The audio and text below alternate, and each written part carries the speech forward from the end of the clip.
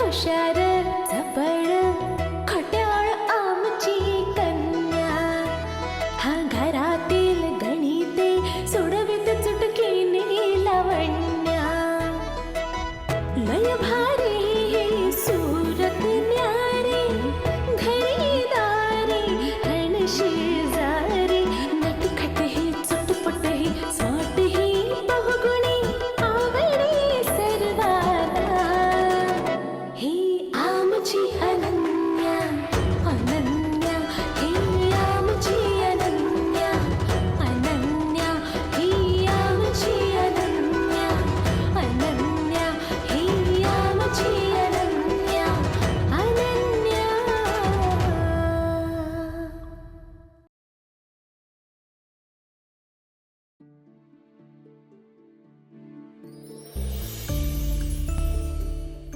तर किरण, तुझ्या PhD चा विषय आहे प्रियकर आणि प्रेयसी. Yes sir. वाह. आपण कुणावर तरी प्रेम करतो किंवा आपल्यावर कोणीतरी प्रेम करतो, ही कल्पनाच किती सुंदर आहे नाही? हो सर, अगदी खरं. त्यातल्या त्यात प्रियकर आणि प्रेयसी हे नातं जेव्हा दोन्हीकडून वृद्धिंगत होत जातं, तेव्हा मिळणारा भावनिक आणि मानसिक आनंद काही औरच असतो. कसं आहे किरण, प्रेमात माणसं एका वेगळ्याच भावविश्वात तरंगत असतात. प्रेमाला शब्दात म्हणणं तसं कठीण आहे, पण प्रेमात जात पात धर्म याला जागाच नसते. आणि सर, वयाला सुद्धा नाही ना? येस, प्रेम भावनेच्या आड वयही येत नाही. एखादा तरुण त्याच्यापेक्षा कितीतरी वयाने मोठ्या असलेल्या स्त्रीच्या प्रेमातही पडू शकतो. आणि उलटही होऊ शकतं सर. म्हणजे बघा ना, एखादी तरुण मुलगी तिच्यापेक्षा वयाने कितीतरी मोठ्या असलेल्या पुरुषाच्या प्रेमात पडू शकते ना. मला माहिती आहे ना, अनेक विद्यार्थिनी आणि प्राध्यापक एकमेकांच्या प्रेमात पडले. विद्यार्थिनी आणि सर प्रेमात पडले आणि त्यांनी लग्न सुद्धा केले. अशी शेकडो उदाहरणं आहेत. शेकडो काय, हजारो असतील. कारण माणसं प्रेम करताना फक्त प्रेम करतात. त्यांना इतर भौतिक गोष्टींचं फारसं महत्वच राहिलेलं नसतं, कारण ते प्रेम भावनेत धुंद झालेले असतात, बेधुंद झालेले असतात.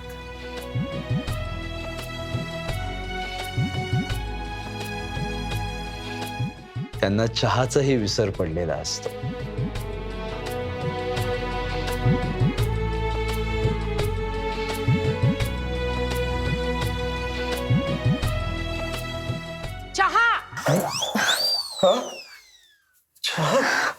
अगं नंदिनी, घे घे. काय झालंय? नाही तर थंड होऊन जाईल. नंदिनी, अगं तुला काय झालं? तू चहा पिऊन घे, थंड होईल.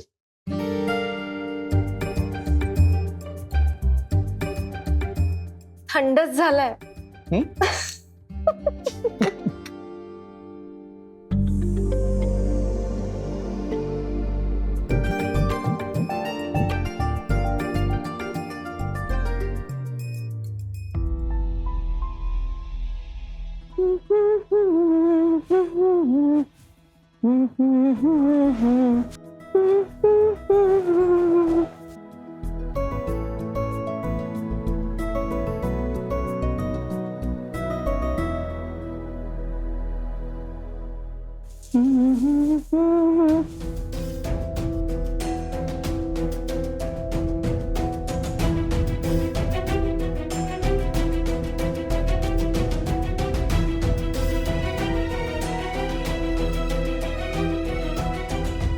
नंदिनी, ए नंदिनी,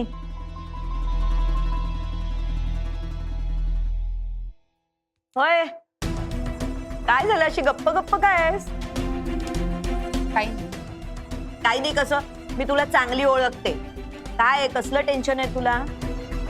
ती किरण आली आहे ना. किरण? अच्छा अच्छा, ती सदाची विद्यार्थिनी. तिचं काय? तिचंच तर टेन्शन आलंय मला. तिचं टेन्शन का आलंय तुला? हो आई, ती सुंदर आहे, तरुण आहे आणि हे तिच्याशी खूप जवळीक करतात आहे. काय सांगतेस? हो ना. अहो मगाशी घरात येताना हे तिचा हात धरून घरात घेऊन आलेत तिला. अगं ती पायरीवर कुठे धडपडून आहे ना, म्हणून धरला असेल हात. पायरीवर धडपडायला ती काय लहान मुलगी आहे की आपल्या घराच्या पायऱ्या खूप मोठ्या आहेत. बरं, तुला काय म्हणायचंय नक्की? मला वाटतं आपण आपली पायरी सांभाळायला पाहिजे. काय सांभाळायला पाहिजे? आपण आपलं स्थान सांभाळायला पाहिजे.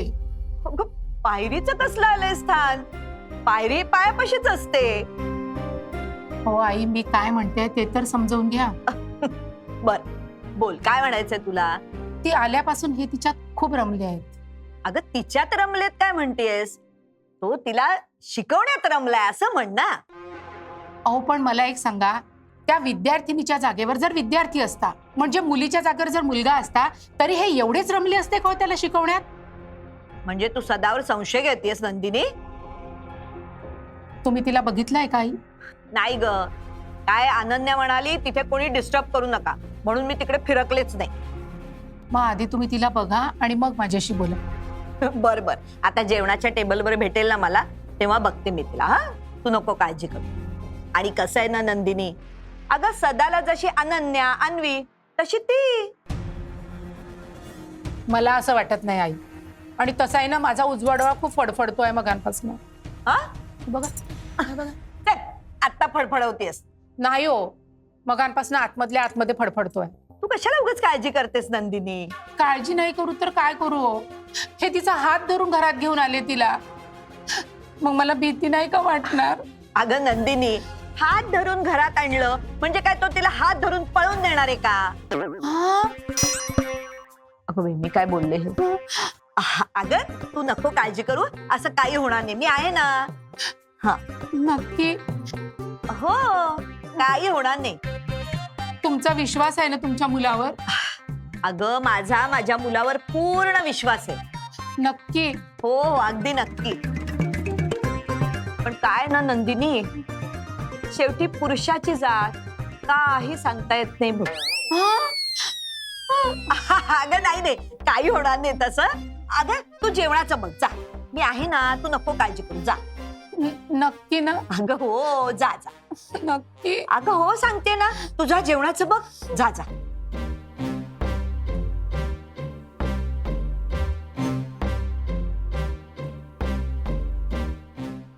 अगं हो, मी सांगते ना तुला, जा. मी येतेच आहे, जा जा.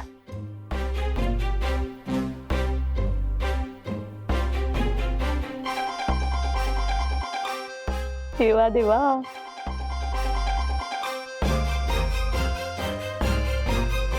कठीण आहे याचं. अनन्या हिया माझी अनन्या.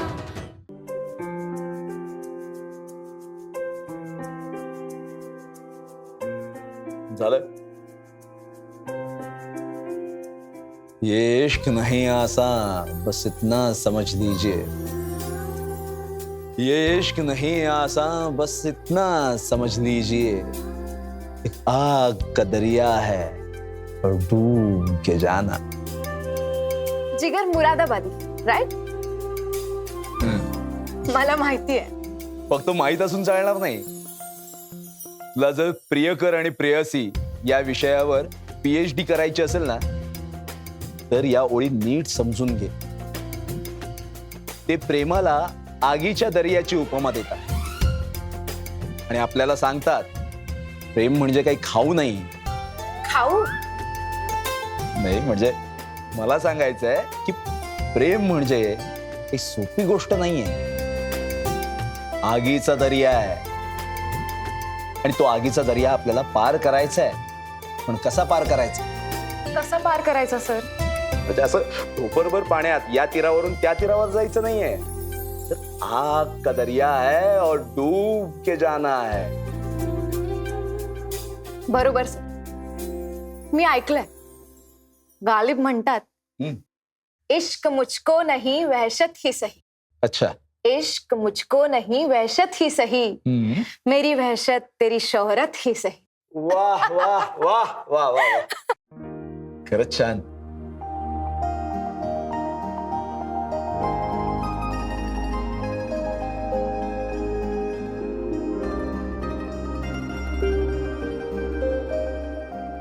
जेवायला चला.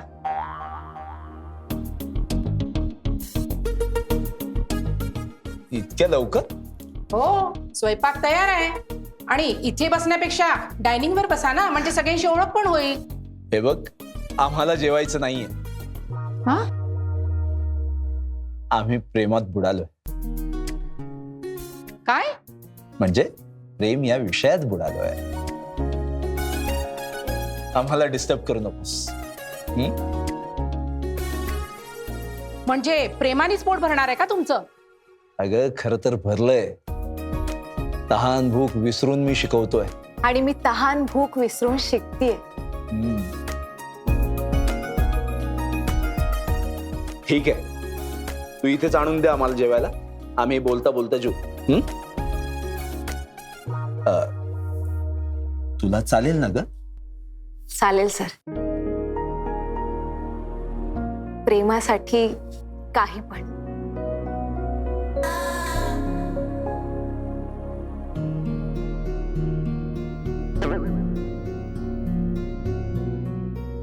बर, गालिब काय म्हणतात? इश्क मुझको नहीं. अगं नाही, हा एकच शेर लिहून ठेवला का त्यांनी? गझलचा खजाना दिलाय आपल्याला. तर गालिब म्हणतात, इश्क ने गालिब निकम्मा कर दिया, इश्क ने गालिब निकम्मा कर दिया, वरना हम भी थे आदमी काम के. वाह, खरंच खूप छान सर. अगं गालिब म्हणतात, या प्रेमाने आम्हाला बिनकामाचं बनवून ठेवलंय, नाहीतर आम्ही कामाचे होतो. क्या बात है सर. बघ ना, एकीकडे गालिब आहे, गालिबच्या या ओळी आहेत, आणि दुसरीकडे नारायण सुर्वे. नारायण सुर्वे. कष्टकऱ्यांच्या गिरणगावात घडलेला हा कवी गालिबच्याच ओळी घेऊन काय मांडून जातो. काय मांडून जातात? नारायण सुर्वे त्यांच्या एका कवितेत म्हणतात, बेकारी ने इसलिया को निकम्मा कर दिया, बेकारी ने इसलिया को निकम्मा कर दिया, वरना इसलिया भी आदमी था कुछ काम का, इश्क के काम आ जाता. म्हणजे काय सर? म्हणजे वास्तव. नोकरी असेल तर छोकरी मिळेल. त्यांना कॉलेजमध्ये न जाताच छोकरी मिळेल.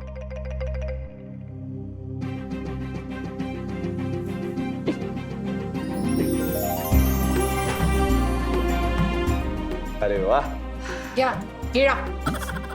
काय दिनी? सर, हे खरंच माझ्यासाठी खूप जास्त आहे. हो ग, माझ्यासाठी पण खूपच होईल. नंदिनी, एक काम कर, तू यातलं एक ताट घेऊन जा, आम्ही एका ताटात जेऊ. काय? अगं घेऊन जा, एक ताट घेऊन जा, आम्ही एका ताटात जेऊ. चालेल ना तुला? हो सर, चालेल ना.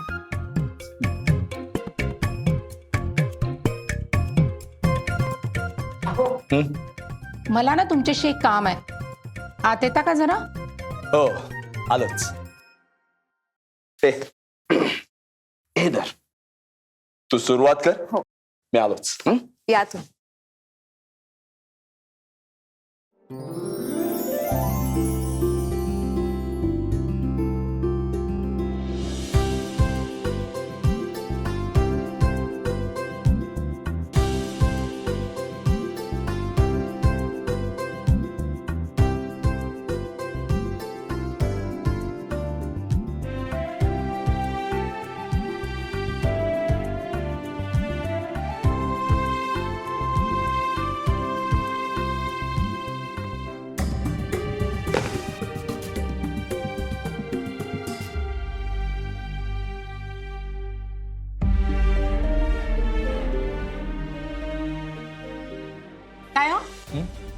सुरू काय आहे तुमचं? माझं काय? नाही, अभ्यासाच्या नावावर काय चाललं काय आहे हे तुमचं? काय चाललंय? हो, तुम्हाला काय वाटलं मी काय झुमरी तलैयावरून आली आहे का? हा, की कधी मी शाळेत गेलीच नाहीये? मला बुद्धू बनवताय तुम्ही? मी काय शिक्षक बघितले नाहीत का कधी, असं वाटतंय तुम्हाला? हं? नाही, एकमेकांच्या डोळ्यात डोळे काय घालता, शायरा काय म्हणताय, काय चाललं काय आहे तुमचं हे? नंदिनी शांत हो. मला सांग, तू कधी PhD हा शब्द तरी ऐकलायस का ग? हे. मोठे मला विचारताय PhD. तुम्हाला माहिती आहे का मी SSC झाले, HSC झाले आणि तुम्ही मला PhD विचारताय होय? अगं बाई, किरणचा PhD साठीचा विषय आहे प्रियकर आणि प्रेयसी, म्हणून मी तिला शायरी ऐकवत होतो. हो, तिला शायरी ऐकवत होता तुम्ही? वा. काय हो, गेल्या 25 वर्षांमध्ये एकदा तरी तुम्ही शायरीचा श तरी मला कधी ऐकवलाय का? हा, अगं बाई, मी तुला शायरीचा श नाही ऐकवला, पण तिला ऐकवतोय कारण प्रेम हा तिचा विषय आहे. हो, आणि माझा विषयच नाही आहे प्रेम. अगं, जरा समजून घे. हो, सगळं समजलं मला, अगदी सगळं समजतं. काय हो, हा, नारायण सुर्वेंची गझल ती तरी ऐकवली का तुम्ही मला कधी? हा, अगं, मी तुला नारायण सुर्वेंच्या गझल कशा ऐकवू शकतो? का ऐकवू शकत नाही? अगं, कारण नारायण सुर्वेंनी कधी गझल लिहिल्याच नाहीयेत. बरोबर. नारायण सुर्वेंनी म्हणे कधी गझल लिहिल्याच नाहीये. म्हणजे माझी वेळ आहे म्हणून नारायण सुर्वेंनी गझल नाही लिहिल्या आहेत का? हा, आणि तिच्यासाठी नारायण सुर्वेंनी गझलही लिहिली, शायरी लिहिली, सगळंच लिहिलंय. बुद्धू समजता का हो तुम्ही मला? हा, नंदिनी बाई, प्लीज मला माफ कर. मी तुझ्या सोबत हुज्जत घातली. मला शांतपणे जेवू दे आणि तिला शिकवायला जाऊ दे.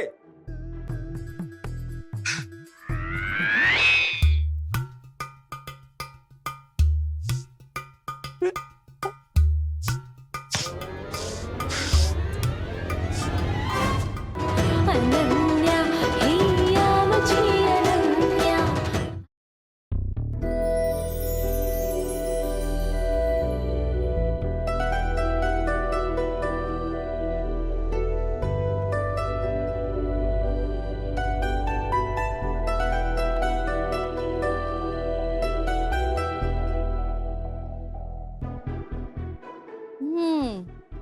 काय सुरू आहे?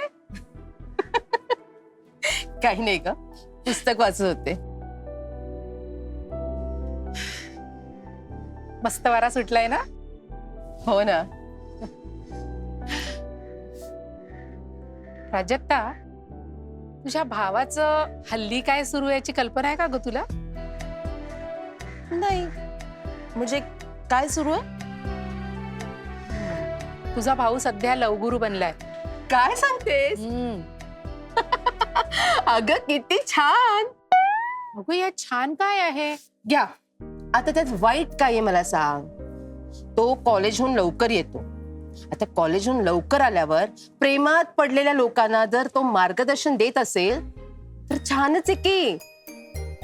आणि असंही वहिनी, लोकांना अशा मार्गदर्शनाची खूप गरज आहे. तुला आठवतं का, म्हणजे पूर्वी ना साप्ताहिकामध्ये ताईचे सल्ले असं सदर यायचे. तसंच जर आता सदाने दादाचा सल्ला असं जर पार्ट टाइम काम सुरू केलं असेल तर छानच आहे की. अगं, तुझा भाऊ तसा लवगुरू नाही बनलेला आहे. मग कसा लवगुरू बनलाय? ती मुलगी नाही आली आहे का त्यांच्याकडे? अच्छा अच्छा अच्छा, ती PhD स्टुडंट. हा, अगं, तिच्याशी प्रेमाचं बोलत होता बघ तुझा भाऊ. हसतेस काय? अगं वहिनी, आपला सदा आणि त्या मुलीशी प्रेमाने बोलेल? अगं हो, अगं तिच्या PhDचा विषयच तो आहे ना, प्रियकर प्रेयसी. हसतेस काय ग? अगं तू पण ना वहिनी, त्यांचा विषय तो आहे ना. अगं मग बरोबर ते त्याच विषयावर बोलणार ना. अगं प्राजक्ता, हा बोलतात आहे तोपर्यंत ठीक आहे, पण जर बोलता बोलता ते एकमेकांच्या प्रेमात पडले तर मग कसं गो? नसतेच नुसते तू. अगं वहिनी, आपला सदा आणि तिच्या प्रेमात पडणार काही काय. पण मला सांग, तुझा तुझ्या भावावर पूर्ण विश्वास आहे ना? म्हणजे एक मिनिट बहिणी, मुळात मला तुझा प्रश्नच कळला नाहीये. तुला नेमकं काय म्हणायचंय? अगं मला हे म्हणायचं आहे की तुझा भाऊ तिच्या प्रेमात वगैरे पडणार नाही ना? पुन्हा तेच. अगं त्याचं वय काय, त्या मुलीचं वय काय? ए प्राजक्ता, अगं प्रेमात वय वगैरे बघितलं जात नाही बरं. हे मात्र खरंय तुझं. पण एक मिनिट हा. मग असं झालं तर कसं करू ग आपण? अगं असं कसं होईल? हे बघ, आपला सध्या काही असा उथळ स्वभावाचा नाहीये. तो अगदी मॅच्युअर मॅन आहे. अगो तुला माहितच नाही आहे, हल्लीच्या मुलींना मॅच्युअर माणसंच आवडतात बघ. हो हो, हे मात्र खरंय तुझं. मग समजा तसं काही झालं तर? असं कसं होईल? आणि एक मिनिट, आता हे काही सदाचं वय नाही या प्रेमात पडायचं. हा, या वयात करणार नाही म्हणजे तो पूर्वी करत होता का गो असा?